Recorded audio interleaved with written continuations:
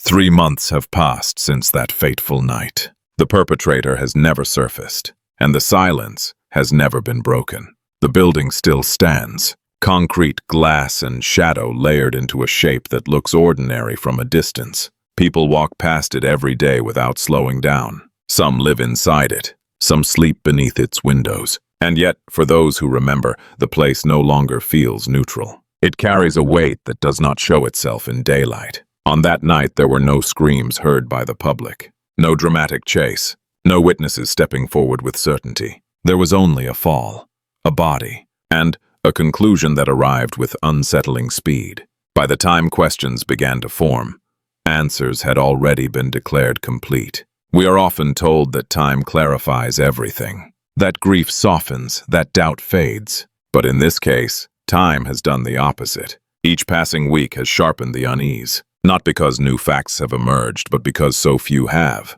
The official story exists, it is brief, it is clean, and it leaves no room for anything else to breathe.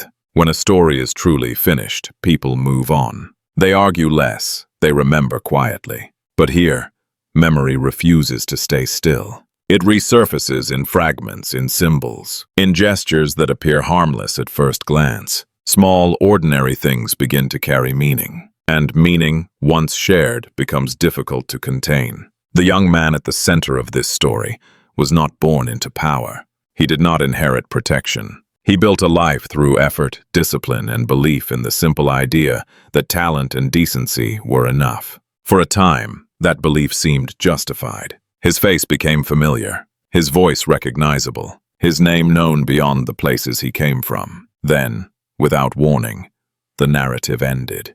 Or at least, that is what we were expected to accept. What followed was not chaos, but something far more unsettling. Quiet coordination, wordless remembrance, a growing sense that asking questions itself had become an act of defiance. Not loud, not aggressive, just persistent. Like a thought that refuses to be suppressed, no matter how often it is dismissed. We find ourselves in a strange position. We are not investigators, we are not judges. We do not claim to know what truly happened in the final hours of that night. But we recognize patterns. We recognize when explanations arrive too quickly, when curiosity is treated as inconvenience, when silence feels less like closure and more like instruction. So we pause here, at the edge of what is known and what is not allowed to be said, not to accuse, not to declare, but to observe. Because sometimes the most important truths are not hidden behind locked doors, but buried beneath agreements that no one remembers consenting to. And as we step further into this story, one question refuses to let go. Because sometimes what is being concealed is not the truth itself, but the reason it is not permitted to exist.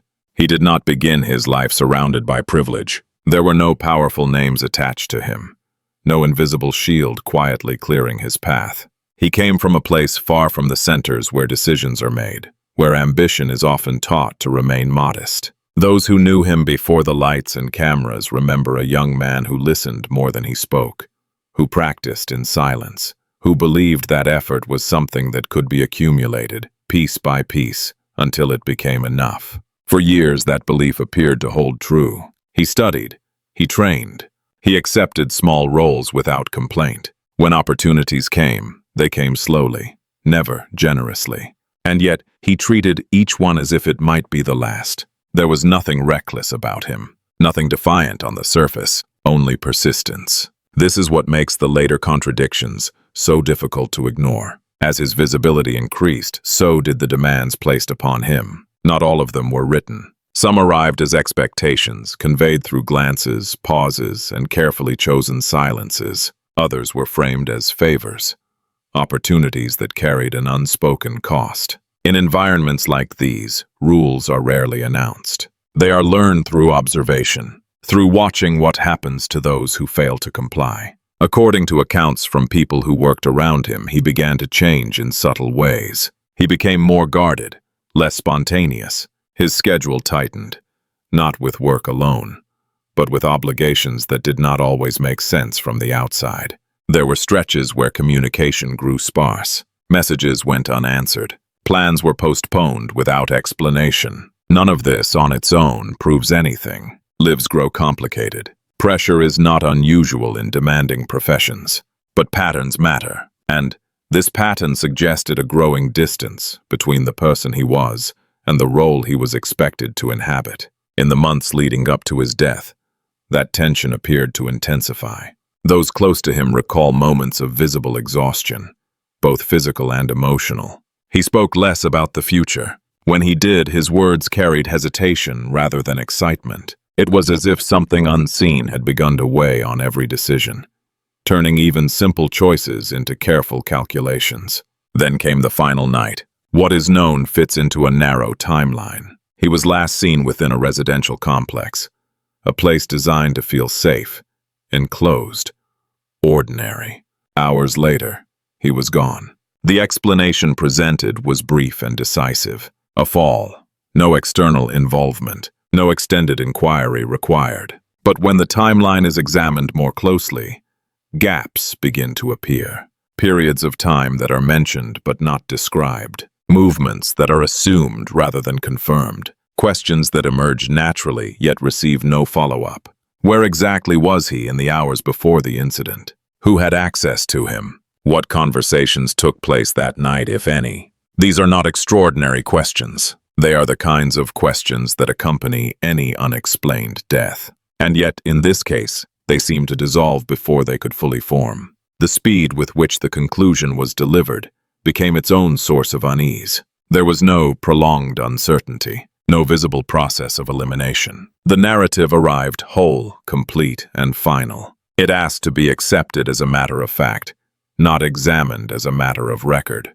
For many, this was the moment when grief transformed into discomfort, because grief allows for silence. Discomfort does not. As people revisited his past interviews, his old performances, his words took on new resonance. Statements that once seemed ordinary began to sound cautious. Moments of humor now felt restrained. It was not that he had predicted his own fate. It was that he appeared to understand the fragility of his position in ways that others had not. We must be careful here. There is a fine line between interpretation and projection, but it is impossible to ignore how often individuals in similar circumstances describe the same sensation. The feeling of being watched, of being evaluated not only for what they do, but for what they might refuse to do. On the surface, his story ends with a tragic accident. On paper, it is resolved. But stories are not sustained by paper alone. They are sustained by coherence, and when coherence is missing, the mind searches for what has been omitted. This is why the questions did not disappear. They lingered, they accumulated, not because people wanted a scandal, but because the explanation provided did not seem large enough to contain the complexity of the life it claimed to conclude. And it was here, in the space between the official ending and the unresolved details, that a far more unsettling thought began to take shape. If this was truly the end, why does it feel as though something essential was never allowed to be said? In the absence of answers, something else began to take their place. It did not arrive as a protest, nor as an organized campaign with leaders and slogans. There were no press conferences, no central voice issuing instructions. What emerged instead was quieter, more difficult to define. A collective instinct, a shared refusal to forget. At first it appeared insignificant, a brief message posted late at night, a symbol repeated without explanation, a small image shared and reshared stripped of context. Individually, these gestures meant little. Together, they formed a pattern. People found ways to remember, without announcing that they were remembering. In environments where visibility often invites consequences, memory learned to disguise itself. It hid in ordinary objects, in colors that did not attract attention, in designs that looked harmless enough to pass unnoticed. One image in particular began to surface again and again. A small fish, simple, almost childlike. It appeared on packaging, in drawings, in digital spaces where nothing overtly controversial seemed to exist. To an outsider, it was meaningless. To those who understood, it was unmistakable. The symbolism was deliberate. A creature fragile enough to be overlooked, small enough to be dismissed, and yet alive, carried forward by countless unseen hands. This was not nostalgia. It was not fandom in its usual form. It was something closer to preservation. an insistence that a life could not be reduced to a footnote simply because the official record declared it finished. As the image spread, so did a realization that no one had instructed this to happen. No single person could claim ownership of it. Each participant acted independently, and yet the result felt coordinated, like many separate thoughts arriving at the same conclusion without ever speaking to one another. We often underestimate what people will do when they feel their voices have been quietly removed from the conversation. When questions are met with silence, silence itself becomes a language. It communicates unease. It communicates resistance. It communicates memory. The acts of remembrance grew more inventive. Digital flowers left in places not designed to hold them. Screens illuminated at night, not with explanations, but with presence. Names displayed briefly, then replaced, never lingering long enough to invite erasure. What made these gestures powerful was not their scale, but their persistence. They did not demand acknowledgement. They did not ask for permission. They simply existed, returning again and again, impossible to fully suppress because they never appeared in the same place twice. This unsettled those who prefer narratives to end neatly, because memory, when shared, has a way of slipping through boundaries. It crosses lines without announcing itself. It travels through everyday life, embedded in routines, woven into the background. And, once it does, removing it becomes far more difficult than ignoring it. Observers began to note a shift. The story was no longer confined to a single name or a single night. It had transformed into a broader unease, a recognition that the mechanisms capable of silencing one life could, in theory, silence many others. The details mattered less than the implication. Why had so many people, with nothing to gain, chosen to carry this memory forward? The answer was not admiration alone. It was identification. Many saw in him something unremarkable in the most human sense. An ordinary individual navigating invisible rules, believing that effort and restraint would provide safety. His fate disrupted that belief. It introduced a question no one wanted to ask, but few could avoid. What happens when compliance is not enough? The response did not take the form of confrontation. It took the form of endurance, of repetition, of refusing to allow absence to become erasure. In this way, remembrance itself became an act of quiet defiance, not against any single force, but against the idea that forgetting is inevitable. And yet, as the symbols multiplied, another emotion began to surface beneath the solidarity. A subtle shift from mourning to apprehension, because if remembering carried risk, then memory was no longer passive. It was being watched. People began to notice how easily attention could turn, how quickly curiosity could be interpreted as something else, how swiftly neutrality could feel like exposure. The question was no longer whether the past would be forgotten, but whether holding on to it might invite consequences of its own. It was at this point that the atmosphere changed. What began as remembrance now carried the weight of anticipation, a sense that the act of looking back had made it impossible not to look forward as well. That once a pattern is recognized, it cannot be unseen. And quietly, without announcement, a new fear settled in. If memory itself is treated as a transgression, then who will be the next to pay for remembering? Fear rarely announces itself. It arrives quietly, adapting to its surroundings, taking the shape of ordinary concern before revealing its deeper presence. In this case, it did not begin with threats or warnings. It began with observation. People started to watch one another more closely. Not out of suspicion, but out of instinct. Small changes drew attention. A pause before speaking. A glance that lingered too long. A hesitation where confidence once lived. None of it proved anything. And yet, each detail felt heavier than it should have. Attention drifted beyond the original story. It settled on others who occupied similar spaces. Individuals whose lives unfolded under constant visibility, whose movements were already documented, analyzed, and interpreted. When they appeared on screens, audiences searched not for talent, but for signs. Signs of fatigue, of restraint, of pressure that could not be named. Every step became subject to interpretation. A slower pace suggested injury or fear. A lowered gaze implied caution. Silence, once neutral, was now read as compliance or control. Even moments meant to reassure began to feel rehearsed, their normality too precise to fully convince. It is important to say this clearly. There was no evidence, no official confirmation, no concrete link connecting these observations to any hidden mechanism. But absence of evidence does not erase perception, especially when perception has been shaped by unresolved loss. When a single case remains open in the public mind, it casts a long shadow. It stretches into unrelated spaces, touching lives that were never part of the original narrative. In this way, uncertainty becomes contagious. It moves from one subject to another, not because of logic, but because of pattern recognition. We have seen this before, in different contexts, across different societies.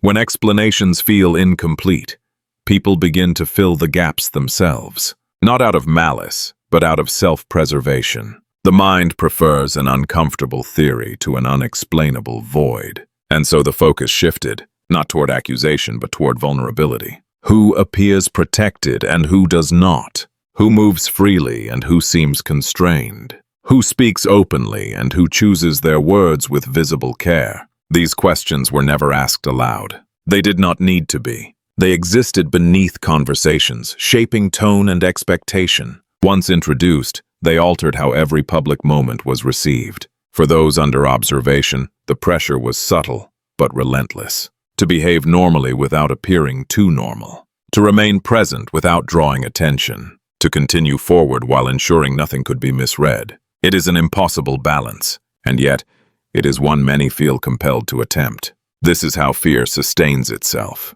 not through force but through anticipation. The original case, unresolved and quietly dismissed, had done more than leave questions unanswered. It had introduced doubt into the reliability of closure itself. If one story could end without explanation, then any story could. If one life could be reduced to a brief conclusion, then visibility offered no protection.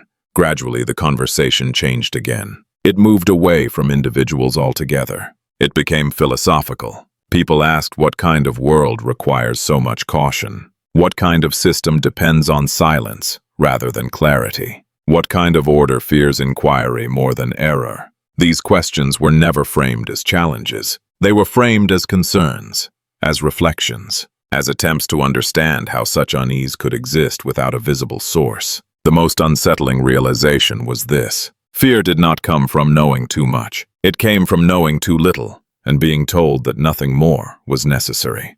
In such an environment, even innocence feels fragile. Even neutrality feels exposed. When explanations are withheld, imagination fills the space they leave behind. And imagination, once activated, does not return easily to rest. This is why the story refused to remain confined to the past. It continued to surface, not as a demand for answers, but as a warning. A reminder of what happens when uncertainty is allowed to linger without resolution. And, as that realization settled, a final question emerged, one that no official statement had ever addressed.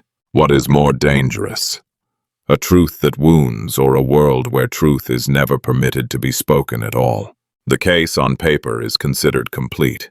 Dates have been recorded. Conclusions have been issued. The language used suggests finality. Yet for those who have followed this story from the beginning, nothing about it feels resolved. Time has not erased the inconsistency. If anything, it has preserved them. The unanswered questions remain suspended, untouched by official explanation. They linger not because people refuse to let go, but because nothing has arrived to replace them. Closure, after all, is not declared. It is earned.